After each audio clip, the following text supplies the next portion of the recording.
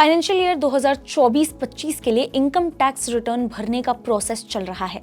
चारों तरफ लोग अपने डॉक्यूमेंट्स, बैंक स्टेटमेंट्स और पूरे साल भर की कमाई का हिसाब किताब निकाल कर बैठ गए हैं। पर आईटीआर फाइलिंग का नाम सुनते ही सबसे बड़ा डर क्या होता है? कहीं कोई गलती ना हो जाए, क्योंकि अगर जरा सी भी चूक हो गई तो इनकम टैक्स डिपार्टमेंट से सीधे नोटिस पहुंच जाता है आपके घर, जुर्माना भी लग सकता है या फिर बार बार जवाब भी देना पड़ सकता है। आम लोगों के मन में यही डर सबसे बड़ा रहता है। दिमाग में लंबे चौड़े फॉर्म्स, कैलकुलेशंस, सीए की फीस और नोटिस का डर घूमते रहता है। लेकिन इसी डर को कम करने के लिए इनकम टैक्स डिपार्टमेंट ने कुछ बेहद जरूरी डॉक्यूमेंट्स दिए हैं। फॉर्म 26AS, AIS और TIS ये आपके लिए एक ढाल भी हैं और आईना भी हैं। लेकिन ज्यादा लोग इसका मतलब ही नहीं जानते, समझते ही नहीं हैं कि इसकी वैल्यू क्या है, और फिर वही गलती कर बैठते हैं जो नोटिस का कारण आगे चल के बन जाता है। अब सवाल ये खड़ा होता है कि आखिर ये तीनों हैं क्या, इन्हें क्यों देखना जरूरी है, और अगर इनसे कोई गड़बड़ हो जाए तो आपको आगे क्या करना है, अगर ये फॉर्म भरते हुए कुछ भी आपसे प्रॉब्लम हो जाती है तो। इन तमाम सवालों के जवाब जो है हम आपको आज के इस खास रिपोर्ट में देने वाले हैं। नमस्कार, मैं हूं मुस्कान ओझा, आप देख रहे हैं मनी 9। कहानी उस पल से शुरू होती है जब आप साल भर का सारा खाता किताब लेकर बैठते हैं। Pen, paper, mobile apps, bank statement, सब कुछ आपके सामने रखा होता है। आप सोचते हैं कि अब तो आईटीआर फाइल कर ही दिया जाए, लेकिन जैसे ही फॉर्म खोलते हैं कई कॉलम्स ऐसे होते हैं जिनमें आपको खुद जानकारी भरनी होती है, और यही सबसे बड़ा लोगों को डर सताने लगता है। ज्यादातर लोग जो है वो यहीं से गड़बड़ी करना स्टार्ट करते हैं। अब सबसे पहले बात करते हैं कि फॉर्म 26AS क्या है। ये एक तरह का टैक्स क्रेडिट स्टेटमेंट होता है। मतलब इसमें आपके पैन नंबर के तहत अब तक कितना टैक्स जमा हुआ, कहां से टीडीएस कटा है, एडवांस टैक्स या फिर सेल्फ असेसमेंट टैक्स कितना जमा हुआ है, सब यहाँ पे दिखता है। मान लीजिए आप किसी कंपनी में नौकरी करते हैं और आपकी सैलरी से हर महीने टीडीएस कट रहा है। इसके अलावा आपने एफडी भी करवाई हुई है और उस पर भी बैंक टीडीएस काट रहा है। ये सब एंट्री फॉर्म 26AS में दर्ज होगी। अगर इसमें कोई टीडीएस मिस हो गया है तो आप उस ऑर्गेनाइजेशन या फिर उस व्यक्ति से संपर्क कर सकते हैं जिसने टैक्स काटा है, और कह सकते हैं कि वो गलती से कट चुका है, उसको ठीक कर दिया जाए। लेकिन सवाल ये है कि सिर्फ 26AS से क्या ही कुछ होगा, या फिर सब कुछ इससे मैनेज हो जाएगा? इससे आप इतना समझिए कि ये इनफ नहीं होता। इसके बाद दूसरा जो दस्तावेज आता है वो है AIS यानी एनुअल इंफॉर्मेशन सिस्टम का। ये आपके पूरे साल भर के ट्रांजैक्शन का पूरा नक्शा होता है। आप कहां से कितना पैसा कमा रहे हैं, किसने आपको कितना पेमेंट किया है, कहां से ब्याज मिला है, डिविडेंड मिला है या फिर कोई शेयर आपने बेचा है, सब कुछ इसमें लिखा होता है। सोचिए अगर आप मुंबई में रहते हैं और आपने प्रॉपर्टी बेची या शेयर मार्केट में ट्रेडिंग की तो उसका भी पूरा डेटा AIS में होगा।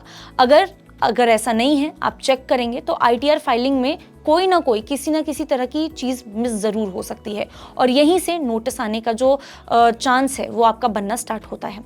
अब तीसरी चीज आती है TIS यानी टैक्स पेयर इंफॉर्मेशन समरी। ये आपके लिए एक तरह का सारांश, एक तरह का समरी आप इसे मान सकते हैं। नाम से आपको समझ में आ ही रहा होगा।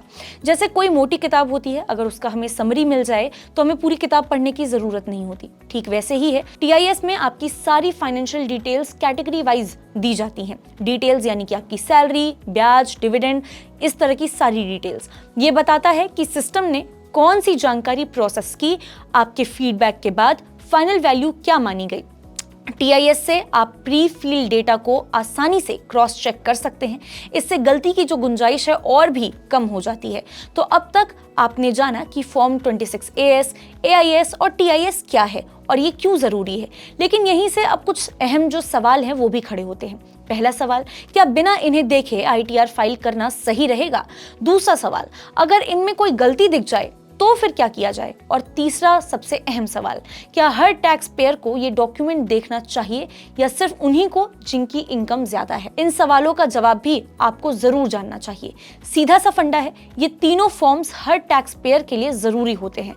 आप सैलरी क्लास में हो, बिजनेस करते हो या फिर खुद फ्रीलांसिंग का काम क्यों ना करते हो, आपके नाम से कहां पैसा कटा, कहां से इनकम आई है, इसका सटीक रिकॉर्ड आपके पास रखा रहना चाहिए।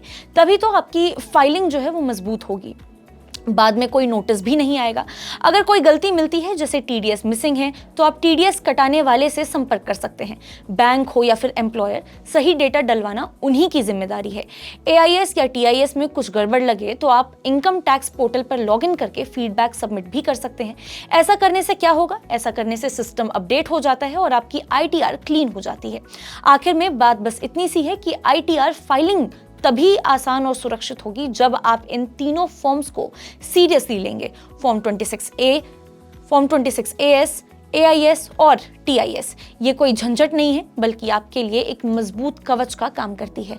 तो अगली बार या फिर इस बार भी अगर आप अपने आईटीआर भरने बैठे हैं तो पहले इन तीनों को डाउनलोड करें, गौर से सारी चीज़ें पढ़ें, सारी चीज़ें मैच करें और फिर ही रिटर्न फाइल करें, क्योंकि थोड़ी सी भी लापरवाही आपका सिरदर्द आगे चल के बन सकती है।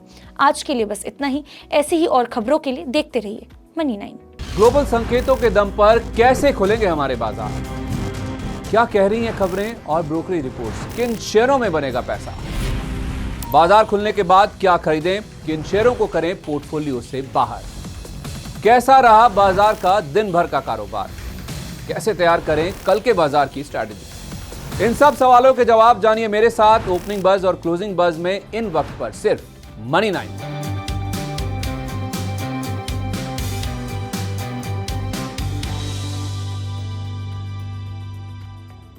मनी9 लाया है मेंबरशिप प्रोग्राम मनी9 प्राइम। अब आपके दिमाग में कई सारे सवाल होंगे, मसलन आखिर क्या है ये मनी9 प्राइम? आपके लिए यानी दर्शकों के लिए इसके क्या फायदे हैं? और एक बड़ा सवाल ये कि मनी9 प्राइम से आखिर जुड़ना कैसे है? तो इसकी पूरी जानकारी हम आपको देने जा रहे हैं। मनी9 प्राइम में 3 प्लान होंगे, इकोनॉमी, स्टैंडर्ड और वीआईपी। तो फटाफट ज्वाइन कीजिए यूट्यूब पर मनी9 प्राइम। ज्वाइन करने के लिए मनी9 के यूट्यूब पेज पर जाइए, होम पेज पर मिलेगा ज्वाइन बटन, इसे क्लिक करें, अपनी पसंद का प्लान चुनें और बस हो गया, अब आप रहेंगे सबसे आगे।